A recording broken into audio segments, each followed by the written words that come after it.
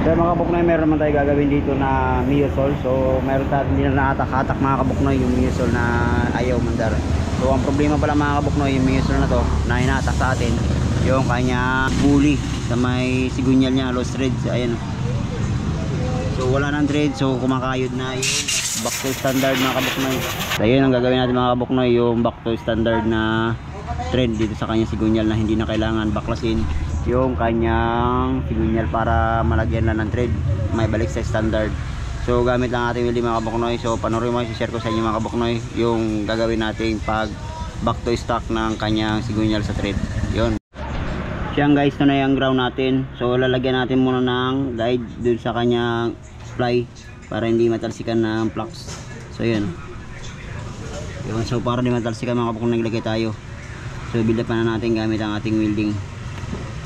Yeah.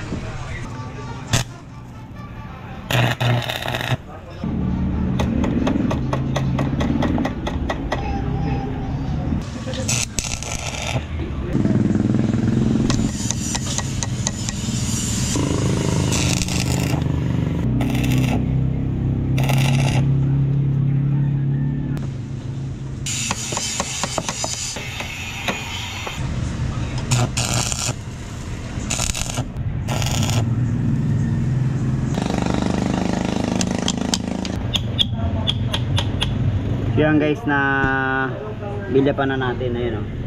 So ang gagawin naman natin ay next natin yung i-grind natin. Kailangan makuha natin yung sukat na 12mm bago natin lagyan ng thread na 12.1.25 mga kabuknoy. So grind ko muna mga kabuknoy. So kaya naglagay tayo ng ganyan, yung harang sa may fly para hindi matalsikan, para di mahirapan yung ating mamaya drive piece. So yan guys, bali ano natin, i-grind na lang natin, nakamakuha natin yung sukat na 12mm. Yun. Pakabilag kung kailan.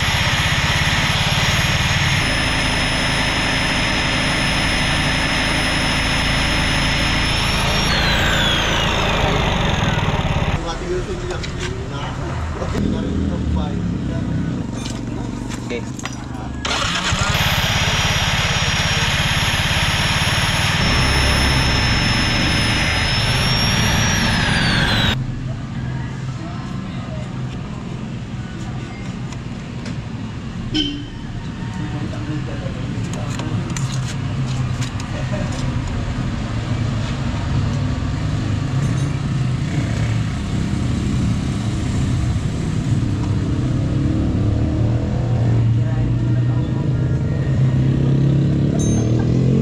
Yan guys, nakuha na natin yung sukat na 12mm.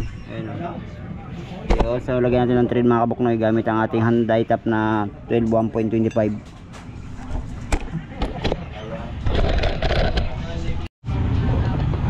Yan guys, para makontrahan natin pag mag-thread tayo, so gumamit tayo ng ano yun. So ipapasok natin dun sa may fly na yun. So yan, para may kukontra, hindi siya iikot pag once na mag-thread tayo mga kabuknoy. So yan guys, ito na yung die tap natin na gagamitin, yung 12.1.25. Ayan, o. Yun. So lagyan muna natin ng oil.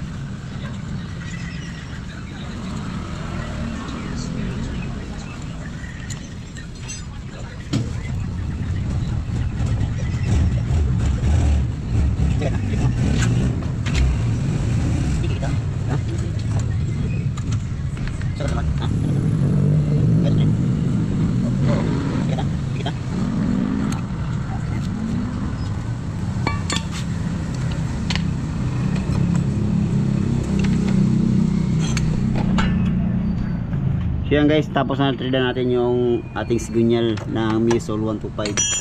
Ayan, o. Ayan. So lagyan natin ng thread mga kabuknoy. So may gagawin ako dito para mas matibay yung thread natin. Yun.